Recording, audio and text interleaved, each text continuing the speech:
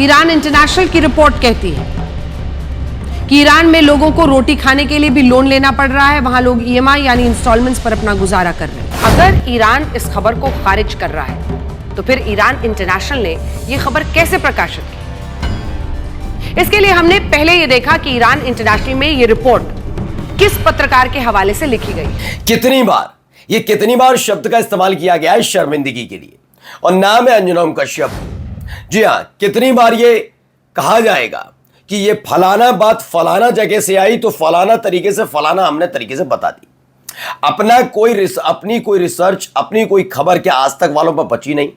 क्या अंजुम कश्यप भी जो नई पीढ़ी के जो आते हैं एंकर्स उन्हीं की तरह हैं? क्योंकि बात बात पर इनको सिर्फ माफी मांगने के लिए अलावा कुछ नहीं होता। वो भी तब, वैसे नहीं मांगेंगी वो, तब जब इनकी क्लास लगा दी जाए, इनको फटकार पड़ने लगे, तब जाकर। जैसे अभी ऑनलाइन टीचर्स वाली बात थी तब। अब देखिए ईरान से फटकार पड़ने के बाद बेचारी की हालत क्या हो गई है, क्या कुछ कहती हुई नजर आ रही है, वो आज आपको दिखाऊंगा। अब लोग सिर्फ इस पर बात नहीं कर रहे हैं बल्कि काफी कुछ कहते हुए भी नजर आ रहे हैं कि मसला था भैया ईएमआई पर रोटी लेने का। कितना जबरदस्त लिखा गया। आप सोचिए, इनकी हिम्मत नहीं है कि एक बार नेतन्याहू के लिए भी लिख दे, वो टुकड़ों टुकड़ों पर पल रहा है, एक बार लिख दे उसके लिए भी, उसके देश के लिए। वो नहीं लिखेंगे। खैर, किसी क्यों लिखे जब आपको जानकारी ना हो, जानकारी के बिना क्यों? खैर, इन सब के बीच एक और विदेश मंत्री जयशंकर जी का एक भैया ट्वीट आ गया है। बहुत, मैंने बताया ना, ऐतिहासिक कदम उठाया। ऐतिहासिक कैसे? कड़ा विरोध जताया है, बहुत जबरदस्त। देश के इतिहास में पहली बार ऐसा विदेश मंत्री मिला होगा। और क्या क्या हुआ जरा दिखाता हूं। नमस्कार, मैं हूं प्राज्वल गौतम और आप देख रहे हैं the live TV. The live TV, सच सबसे आगे। सबसे पहले खबर जरा ये देखिए, क्या है इसमें खबर में। अगर ईरान इस खबर को खारिज कर रहा है तो फिर ईरान इंटरनेशनल ने यह खबर कैसे प्रकाशित की? इसके लिए हमने पहले यह देखा कि ईरान इंटरनेशनल में यह रिपोर्ट किस पत्रकार के हवाले से लिखी गई। ठीक है। और जब हमने इसके बारे में पता लगाया तो हमारे सामने जो नाम आया वो था माजियार बहारी।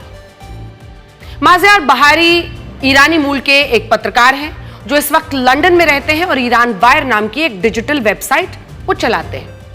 बड़े बड़े मीडिया संस्थानों में इनकी कई रिपोर्ट्स, कई लेख प्रकाशित हो चुके हैं। अब सबसे पहले तो अंजुम कश्यप जैसे पत्रकारों को एक बात समझनी होगी कि अंजुम कश्यप ने ईरान इंटरनेशनल का नाम लिया।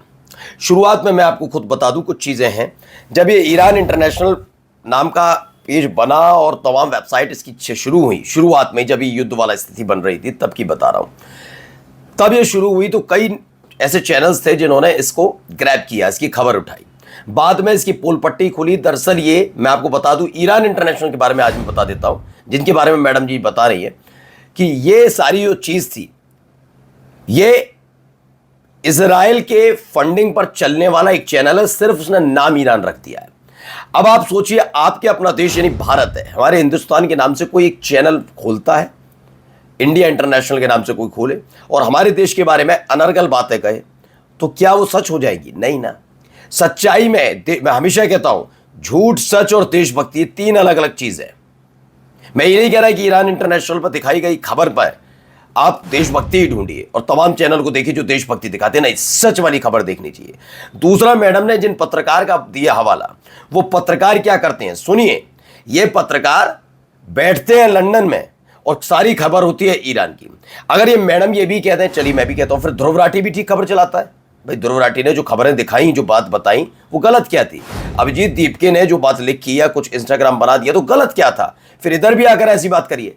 यही इसी क्या था, जब आप अपने इधर की बात करेंगे तो विदेश में बैठकर एजेंडा चलाते हो। और ये क्या कर रहा है? आप एजेंडाधारी पत्रकारिता को सिर्फ इसलिए कर रही हो मैडम क्योंकि ये मुस्लिम देश की बात है, इसलिए आपको ईरान के लोगों को ईएमआई पर रोटी खिलानी थी। वो बात अलग है, लताड़ पड़ने के बाद। अब आप बता रही हो लिखने वाले कौन? राशन वाली खबर लिखने वाले अरुणपुरी के न्यूज चैनल आज तक दलाल एंकर अंजुम कश्यप ने ईएमआई वाला जो ईरान के जो इनका दूतावास है उसने ईएमआई वाला झूठा फेक न्यूज़ चलाकर देश की बेइज्जती करवा दी, शर्मिंदा कर दी। आज तक मीडिया देश में इसी तरह झूठ फैलाता है, हिंदू मुस्लिम नफरत फैलाता है। अब देखिए लोग इस तरीके से ही बात कर रहे हैं।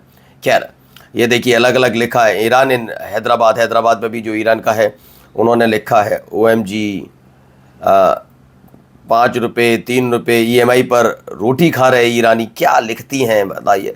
और जो जस्टिफाई करने के लिए जैसे होता नहीं, उस वाला ऑनलाइन गुरुजी वाले में आई थी, तब भी अपने आप को जस्टिफाई कर रही थी कि मैं गलत नहीं हूँ, वो हो गया। देखिए यहाँ ये वो खबर थी जिस पर इनको लताड़ पड़ी है। ईरान इंटरनेशनल की रिपोर्ट कहती है कि ईरान में लोगों को रोटी खाने के लिए भी लोन लेना पड़ रहा है। वहां लोग EMI यानी इंस्टॉलमेंट्स पर अपना गुजारा कर रहे हैं।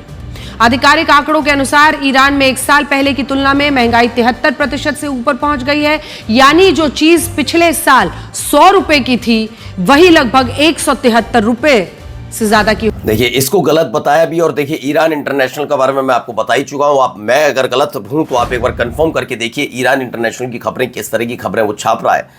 वो जो दिखा रहा है वो खबरें क्या सही है नहीं सही है अब समझ जाएंगे। जहां पूरी दुनिया में ईरान की ताकत को माना जा रहा है, ईरान इंटरनेशनल एक अकेला है जो ईरान की, जबकि ईरान मान रहा है कि उसके यहाँ भी तबाही हुई है, लेकिन वो केवल तबाही बता रहा है। तो आप अंदाजा समझ सकते हैं क्या है क्या नहीं है और किसके इशारे पर चलता है। No need to trust propaganda media. आप इसे गूगल पर देख सकते हैं। ईरान इन हैदराबाद, उन्होंने यही लिखा, बता दिया कि भाई इसे आप चाहें तो देख सकते हैं। अब देखिए और भी जगह अब फजीयत हुई है तो जवाब उठेगी। ईरान तो आज तक और अंजना कश्यप के खिलाफ राशन पानी लेकर उतर गया है। आज हैदराबाद स्थित ईरानी काउंसुलेट ने अंजना और अरुण पुरी के खानदानी इंतजाम आज तक को प्रोपेगेंडा मीडिया करार दिया। अब विदेश मंत्रालय की जिम्मेदारी के से गंभीर मामले को डिप्लोमेटिक लेवल पर सुलझाएं, क्योंकि अब अंजना और आज तक अंतर्राष्ट्रीय मीडिया में चर्चा में है और भयंकर बेइज्जती हो रही है। सब कह रहे हैं कि ये फूटी कौड़ी भाजपा की जेब से निकली हुई है। अगर मंत्रालय से समाधान ना निकल पाए तो दिलीप मंडल से संपर्क करें। वो कई बार मटन ईरानी खाने वहां जाता रहा है। ये लिखते हैं आवेश तिवारी।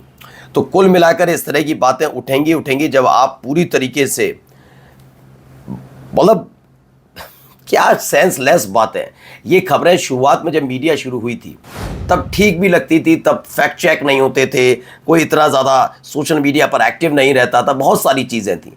अब सारी चीज़ें आपको बता दूं कि इस देश की मीडिया ने किम जोंग उन की कहानी अपने मन से चलाई है कि किम जोंग उन चाहता क्या है, सबको पता होगा। किम जोंग उनको भी नहीं पता होता था वो क्या चाहता। वो तो क्या जाता था, वो इंडियन मीडिया देखता था कि वो अगला कदम क्या उठाएगा, क्योंकि भारतीय पत्रकारों को ज़्यादा पता था कि वो क्या करने जा रहा है। ये अपने मन से कहानियां लिखते थे। किम जोंग उन की कहानियां, एक विस्फोट हुआ उसको कहीं जोड़ के लिख दी, बस ये। लेकिन अब ये सब नहीं चलता है। ये पहले चलता था जब इंडिया टीवी पर चलता था। पेड़ पौधे पक्षी वाली कहानियां जो चलाई जाती थी, रहस्यमयी, पत्थर मिल गया तो पत्थर कहाँ के, ये सब अब नहीं आदमी जानना चाहता। ये इसलिए क्योंकि वो सब फैक्ट चेक में क्लियर। तो कम से कम ऐसे दौर में अंजना कश्यप को, और हाल ही में जब आप ऐसे ऐसे बयानों की वजह से फजीयत करा चुकी हो, तो बचना चाहिए। वहीं देखिए एस जयशंकर भाई स्पोक बात कर ली इन्होंने US secretary of state Marco Rubio से दिस इवनिंग।